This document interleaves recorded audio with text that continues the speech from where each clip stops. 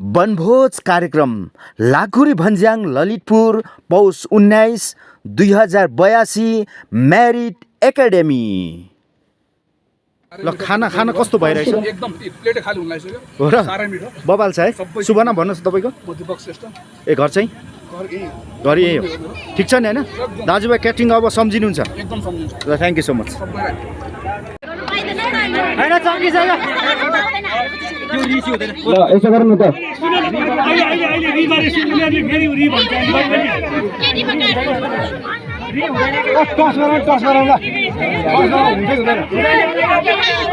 यसो गरौँ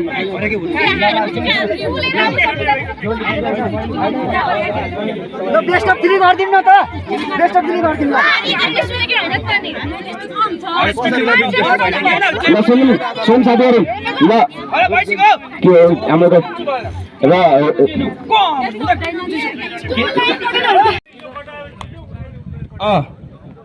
ल म काउन्ट गर्छु है। रेडी भएको है सबै केटाहरू? 1 2 3 भएन 7 सम्म छ। कहाँ 3 मा गएर होइन बल लगाइदिएर छ।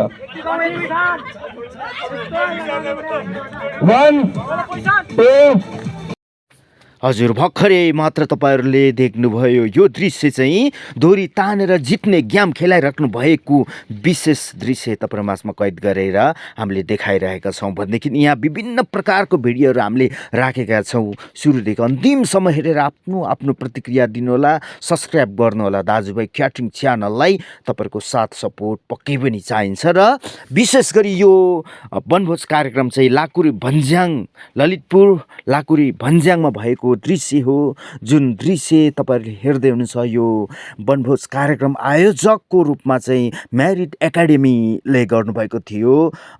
प्रोभाइडर विशेष केबी गरौँजा हुनुहुन्छ, उहाँलाई विशेष धन्यवाद दिन चाहन्छौँ। र जहाँ लाखुरी भन्ज्याङमा भइराखेको यो एकदमै रमाइलो दृश्य वनभोज कार्यक्रम म्यारिट एकाडेमीले गरेको कुरा त जानकारीमा आइसक्यो।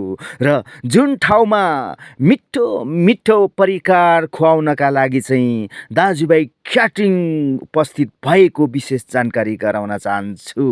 दाजुभाइ क्याटरिङको विभिन्न मिठा मिठा परिकारहरू बिहान 8 बजेदेखि 5 बजेसम्म लगभग 3 चोटि चाहिँ विशेष गरी खुवाएर चाहिँ एकदमै मिठो परिकार खुवाएर चाहिँ एकदमै सन्तुष्टजनक चाहिँ फर्किनु भएको थियो। सम्पूर्ण म्यारिट एकाडेमी वनभोज कार्यक्रममा आउनुभएका टिमहरू र उहाँहरू विभिन्न गेमहरू खेल्नुभयो, विभिन्न प्रकारको चाहिँ गीतमा डान्स गर्नुभयो। त्यसै गरी चाहिँ उहाँहरूले मिठा मिठा परिकारको चाहिँ एकदमै प्रशंसा पनि गर्नुभयो, नाच्नुभयो, गाउनुभयो। त्यो सँगै एकदमै नयाँ नयाँ साथीहरू परिचित पनि हुनुभयो।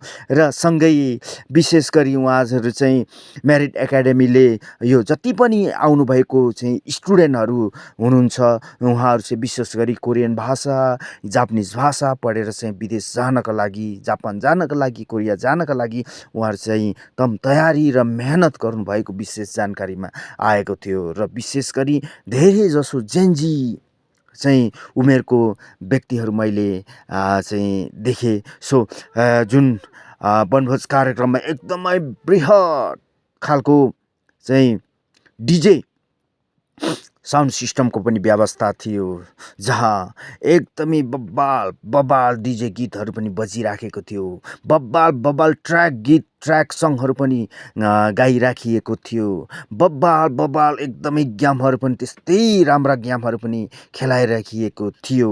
र विशेष गरी हाम्रो केबी गरौँजा सर हुनुहुन्छ प्रोभाइडर, उहाँले एकदमै कोअर्डिनेट गरेर सम्पूर्ण आफ्नो टिमलाई कोअर्डिनेट गरेर चाहिँ एकदमै सुरक्षितसँगले यो कार्यक्रम पनि एकदम सफलतापूर्वक कार्यक्रम सकेर चाहिँ उहाँहरू चाहिँ लगभग 5:30 बजे कार्यालयतिर उहाँहरू फर्किनु भएको विशेष जानकारी गराउन चाहन्छु। यहाँ उपस्थित हुनुभएको सम्पूर्ण विद्यार्थीहरू होइन, वनभोज कार्यक्रममा आउनुभएको, वनभोज कार्यक्रममा उपस्थित हुनुभएको व्यक्तिहरू एकदमै रोमान्टिक र एकदमै रमाइलो खालको मान्छे मात्र नभएर उहाँहरू एकदमै भविष्यको लागि चाहिँ एकदमै भविष्य निर्माणमा एकदमै मेहनती मान्छेहरू पनि हामीले भेट्यौँ, देख्यौँ। एकदमै खुसी लाग्यो।